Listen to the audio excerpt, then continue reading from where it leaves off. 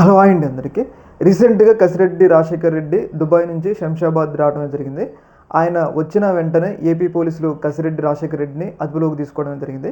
మనందరికీ తెలుసు, ఆయన కోసం గత కొన్ని రోజులుగా ఏపీ పోలీసులు ముఖ్యంగా లిక్కర్ స్కామ్లో నిందితుడిగా ఉన్నాడు అని చెప్పేసి ఆయన కోసం గత కొద్ది రోజులుగా ఏపీ పోలీసులు అయితే గాలిస్తున్నారు.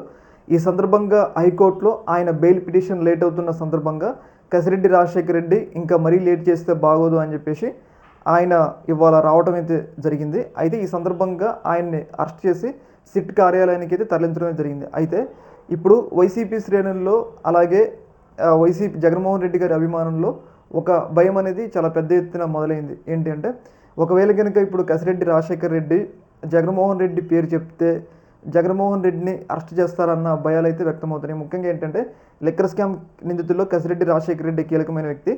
ఆయన పైన ఎవరు ఉన్నారంటే ఆబ్వియస్లీ జగన్మోహన్ రెడ్డి గారు ఉండొచ్చు, ఉండకపోవచ్చు.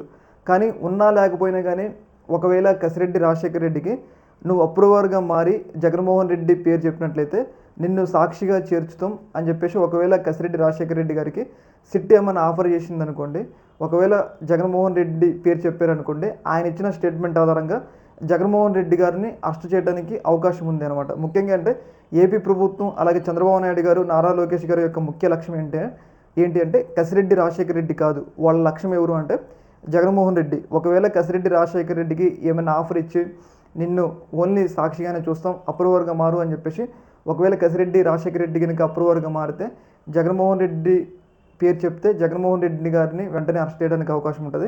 ఏదేమైనా కానీ రాబోయే గత కొంతకాలంలో జగన్మోహన్ రెడ్డి గారికి అలాగే వైసీపీ పార్టీకి కొంచెం గడ్డు కాలం ఉందంటంలో ఎలాంటి సందేహం అయితే లేదు. అందరూ కూడా ఈ కసిరెడ్డి రాజశేఖర రెడ్డి వచ్చిన తర్వాత ఏమవుద్దు అని చెప్పేసి చాలా ఈగల్గా వెయిట్ చేస్తున్నారు అనమాట.